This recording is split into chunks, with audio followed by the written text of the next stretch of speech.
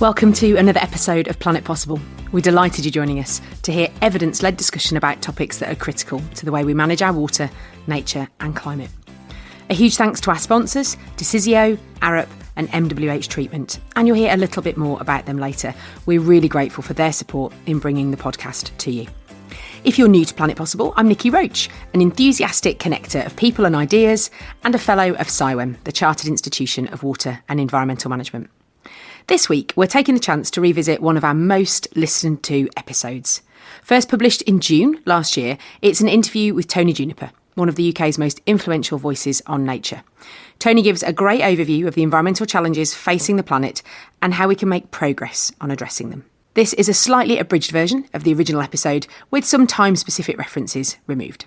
So for many in the environment sector, the name Tony Juniper is synonymous with the defence of nature.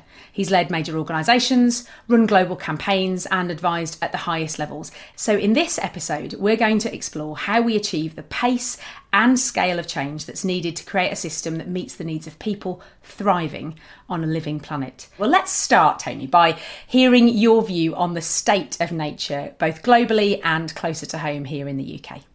Well, we have some very troubling information provided to us by the scientific community that is documenting the changes that are taking place on planet Earth just at the moment, including the buildup of greenhouse gases in the atmosphere, which we now know is causing really quite dramatic shifts in basic conditions in the world linked to global warming.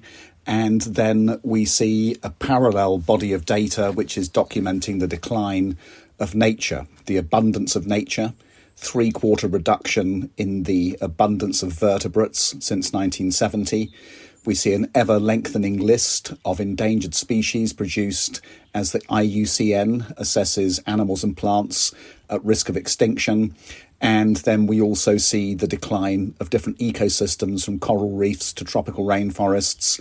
And all of these three things together tell of a period of almost unprecedented change. And you probably need to go back millions of years to see a level of shift that is comparable to what's happening now. And of course, these two things are interacting with each other. The more that ecosystems are degraded, peatlands, rainforests, grasslands, soils, the more carbon goes into the atmosphere. And the more carbon that's in the atmosphere, the bigger the impact on nature, seen in changing the synchronicity of bird egg hatching and insect availability through to the bleaching of coral reefs. And so these things are huge, they're happening at scale. And of course, they're not environmental issues, they are economic and social issues because they play back directly into the human world. And this is something which I think people have underappreciated for a very long time. I'm interested in your reflections on how nature recovery fits. Does there have to be a trade-off between economic growth or environmental recovery, Tony? I think this is one of the big problems that we've faced down the decades as we've set environmental targets of different kinds, both globally and nationally, and most of them have not been met. I mean, it's really striking, the distance between what has been set out based on science and then what we've managed to achieve. Part of the challenge comes down to this notion of trade-offs. Well, you know, if we have a choice between nature and the economy, what's more important? Well, the economy is going to generate jobs, it's going to improve incomes, it's going to help to sustain good living conditions for people. Therefore, nature becomes a inevitable, albeit regrettable, price of progress. And so that's the trade-off mindset. Whereas if you adopt a mindset of synergies, you might say instead, well, nature's underpinning all of the economic and social well-being that we enjoy.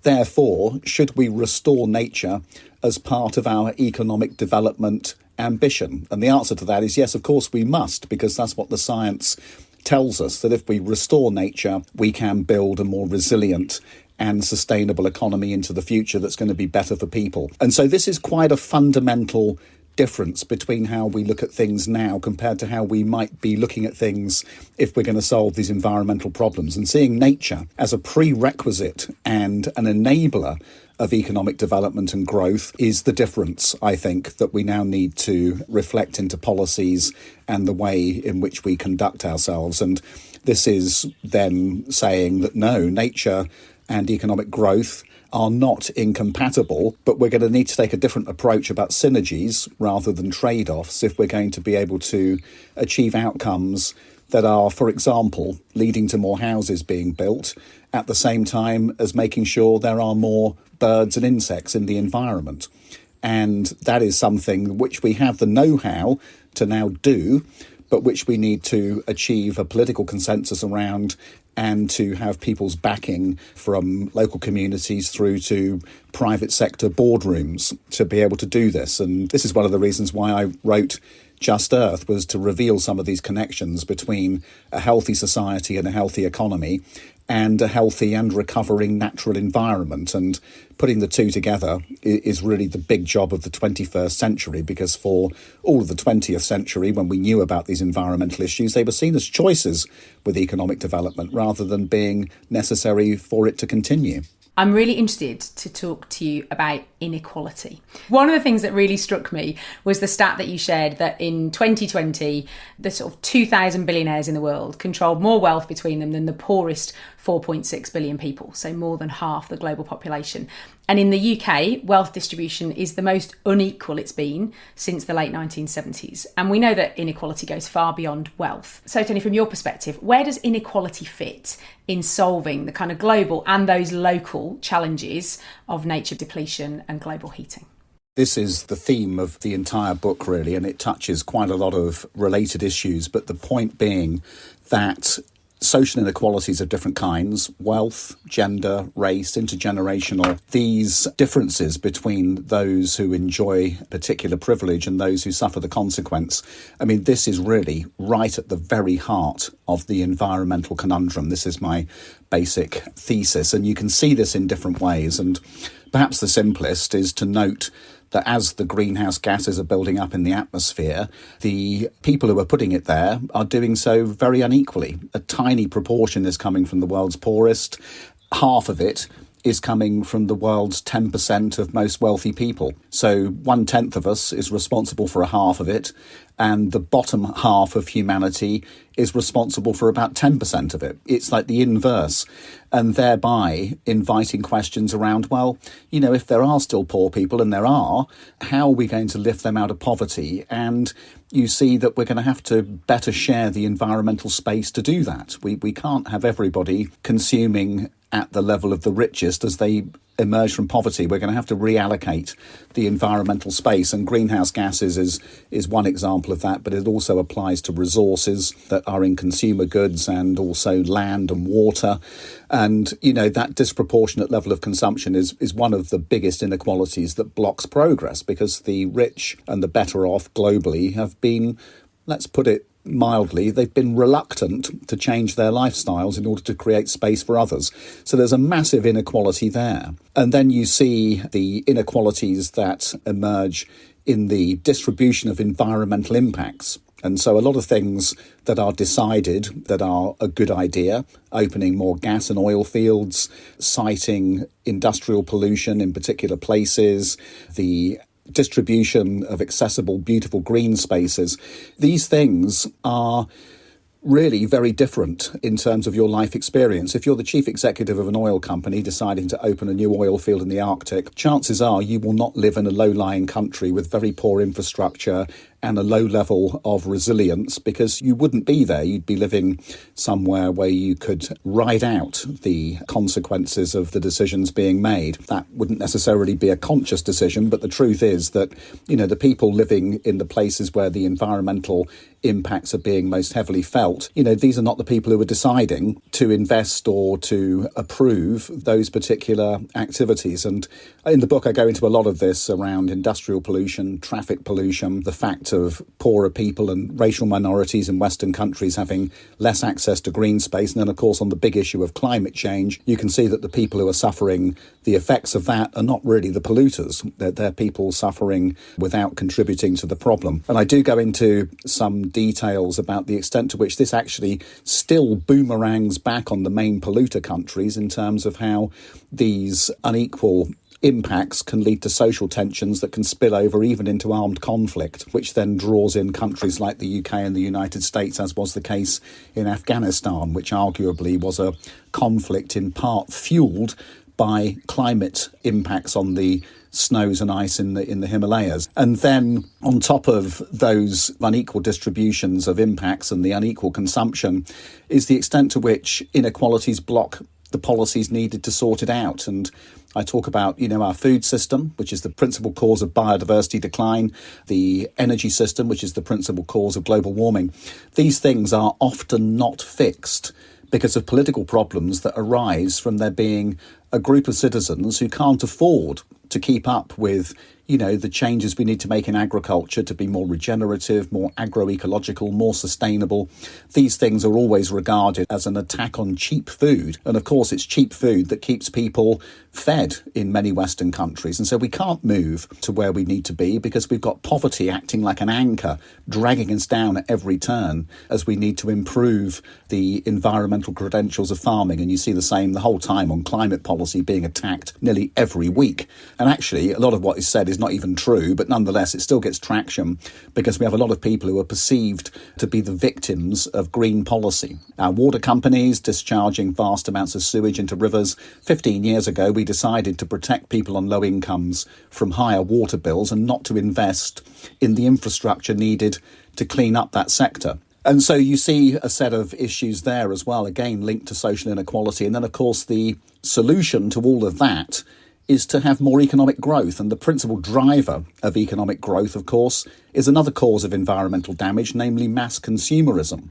And so one of the ways in which we grow economies is to use up more stuff. And this, again, has social dimensions baked into it insofar as quite a lot of what drives people to get more and more gadgets and more new things is down to a phenomenon known as status anxiety, where poorer people feel as though they need to keep up with better off people, and so they buy things they don't need in order to be able to display some level of social standing. And this is well documented by the behavioural psychologists. And I go into some of that in the book to explain how there's yet another dimension there whereby unnecessary consumerism is fueled by unequal societies and the fact of there being a big distance between the top and the bottom. And so what I've tried to do is blend all this together and put it into some kind of historical context to explain how we got here, because I think it is quite important to understand that background as we now look, hopefully, to embed some of the solutions to this multi-layered system problem. It's not just an environmental problem we have, it's linked to some other really big dimensions of how our societies work, and we need to look at all those things together. It's called systems thinking. Planet Possible is supported by Decisio, BMA's AI-assisted infrastructure intelligence platform. Decisio enables connected infrastructure planning by bringing together engineering, spatial, environmental and infrastructure data to help organisations make better, faster and more connected decisions. MWH Treatment is one of the UK's leading water and wastewater process contractors. MWH offers a truly integrated design and build service that's uniquely dedicated to the water industry. With an innovative and future-facing approach, everything MWH does is guided by its purpose to shape a better world. One of the things that really struck me was a metaphor that you used around environmental policy being the topsoil, if you like. And actually, they might tell compelling stories about what's needed, but they're often quite ineffectual in achieving the sort of pace and scale of change that we need. And really, it's the layers below that topsoil. I love a good geology metaphor. Those layers and then the bedrock that really we need to change in order to create a healthy planet that's thriving. So talk to me a little bit, Tony, about what those layers are and what action we need to take within those layers to move towards the kind of thriving planet that you've started to talk about. Yes, and so, you're right, Nikki, that part of the challenge we face in fixing these environmental questions is that we wrongly treat them simply as environmental questions. And, that you can see this as a bit like trying to understand the character of topsoil without understanding the bedrock and, how that shapes the geology and the topography of a landscape and the landform. Because the topsoil is just really a manifestation of some really deeper things that are going on. And so it is with these environmental issues. And so those successive layers that lie beneath the environmental layer, I describe them as the environmental side being underpinned, first of all, by an economic layer. And we touched on that straight away, didn't we, about this idea of economic growth and the extent to whether we can make that compatible with nature recovery. But underneath the economic growth is a political layer, which is derived from the interaction between decisions and the voters, expecting ever rising living standards and having more and more stuff and jobs being available and everyone having convenience and public services. And that drives the politics, which leads to the economic growth. And then underneath that is a cultural layer. And I think culture we massively underestimate in terms of how this drives outcomes in the world. And, culture is profound. We hardly even notice it. It's a bit like the water a fish swims in or the air we breathe. It's there all the time, but we rarely register the power of what it's doing. And, at the moment we live in a consumerist culture, living in ways which, are shaped by our friends and family, what we see coming out of advertising and marketing. And it takes us in a particular direction, which then feeds through into the politics, which then shapes the economics. And beneath all of that, right at the very base layer of the bedrock, is our philosophical worldview. And that in modern societies in the West is utterly detached from nature. We don't see ourselves as part of the natural order. We see everything as solvable by technology. We have parted company with wisdom that used to shape societies for many tens of thousands of years. In Western countries, we have at least. And that then explains what goes on above, because we have lost any kind of emotional, personal understanding of how nature works and the importance of it, and therefore trying to make sense of it in the cultural, political or economic layers. It's very difficult. People regard the issues with indifference. Actually, it's very interesting just seeing some of the remarks from those two men who were convicted of cutting down the Sycamore Gap tree, who said it's only a tree. And, that reveals something about a worldview that's become utterly detached from the meaning of nature.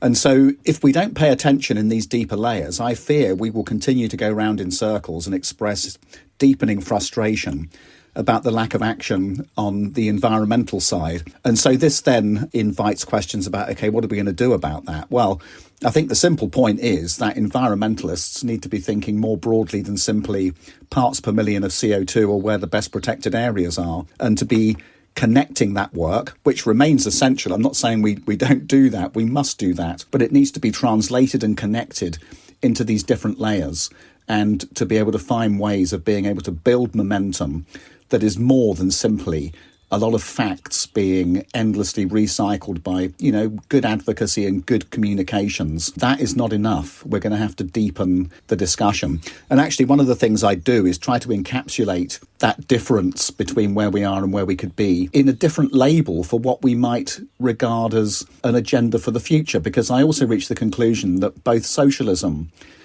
and capitalism, and indeed communism, they are not going to fix this problem for us. We've tried those systems over decades, and actually Soviet-style communism was even worse for the environment than Western capitalism has been. And, looking at this left-right dimension, I think is going to just waste time. And so I propose a new idea called thrivalism, which is the idea of 10 people thriving on a living planet, and set out some of the headings for how that political idea, that philosophical change in terms of how we look at the choices we have before us, how that might be manifest in things that we could do differently. And I set out a 10-point agenda in the book, which is really just to get people thinking about some of the traps we fall into and how we might be able to find some ways past them that are going to lead to better outcomes. We've talked a little bit about economic priority, the first of those sort of sub-layers.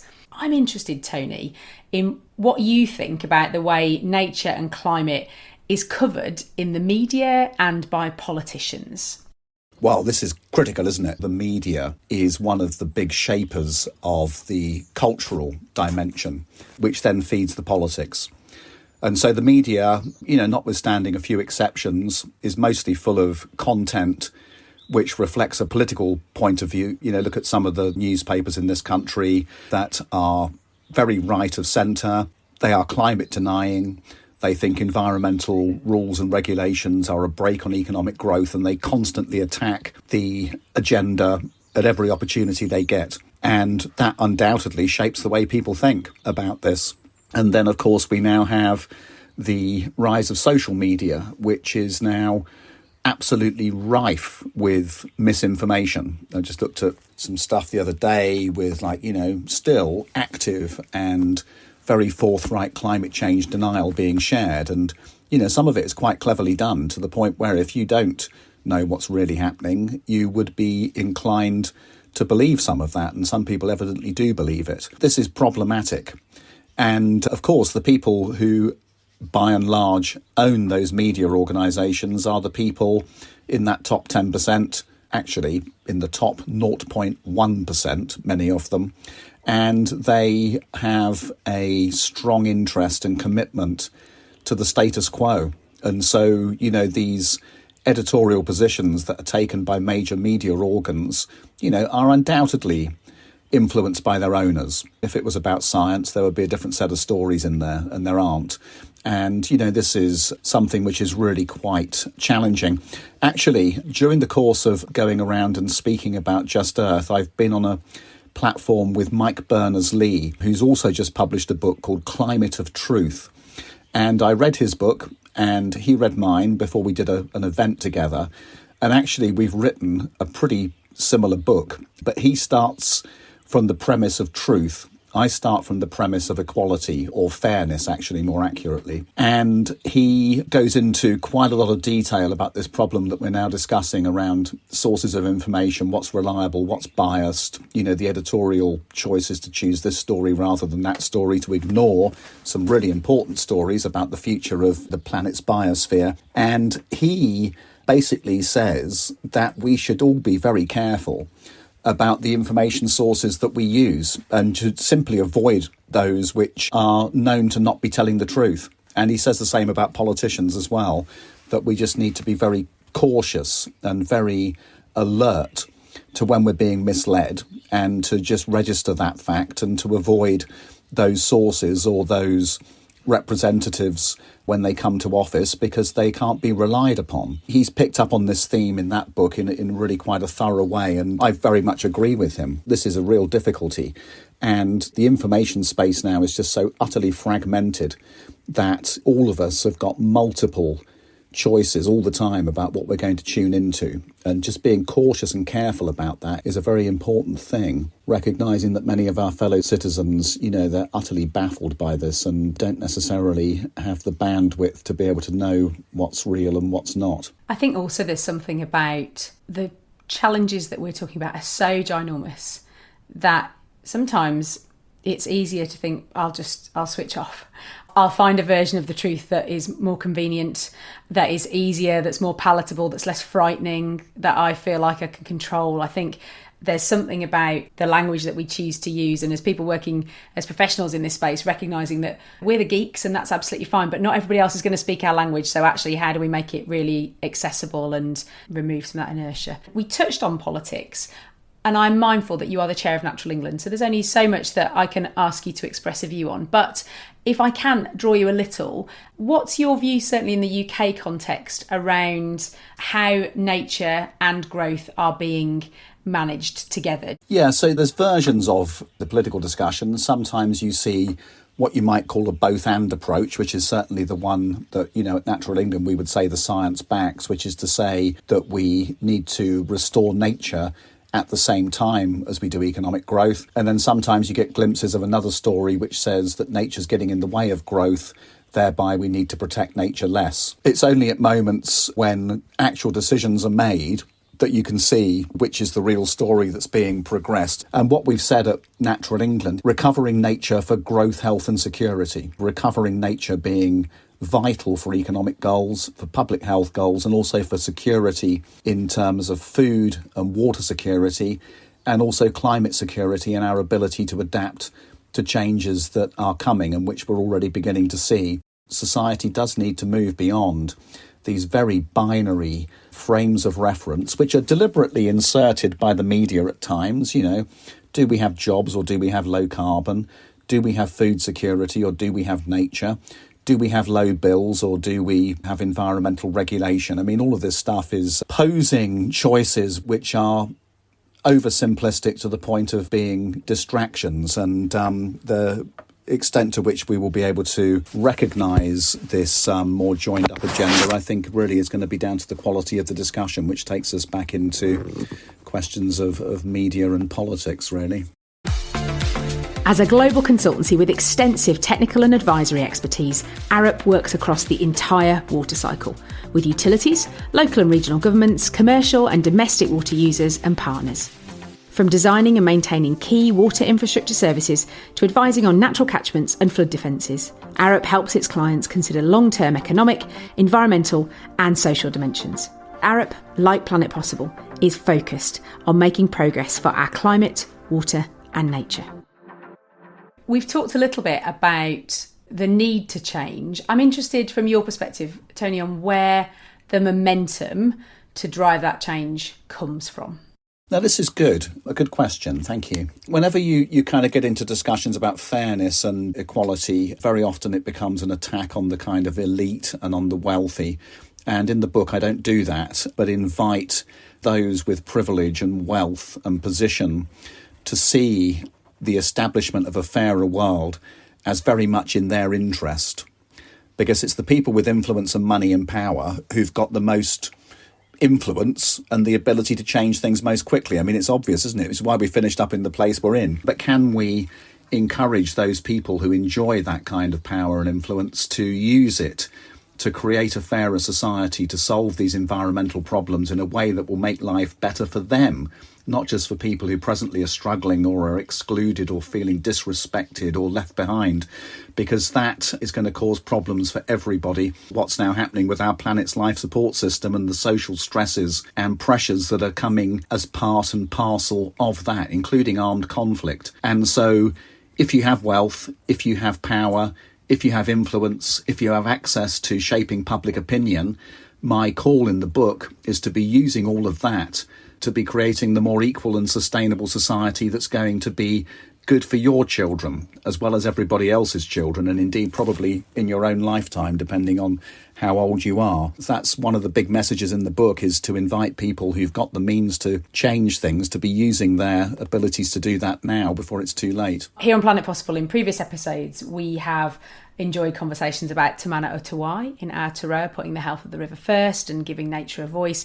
Closer to home, we heard from the first Future Generations Commissioner for the Welsh Government. You know, the Future Generations Act, ensuring multi-generational decision-making, came into legislation. How do we bring more wisdom into our decision-making in the Western world, where arguably I think we've probably become quite short-term? Well, one area where I particularly focus is on the benefits and opportunities to bring forward the voices of Indigenous societies more. This maybe applies less in this country, but certainly across the tropics, you know, and actually in North America and parts of Asia, Siberia.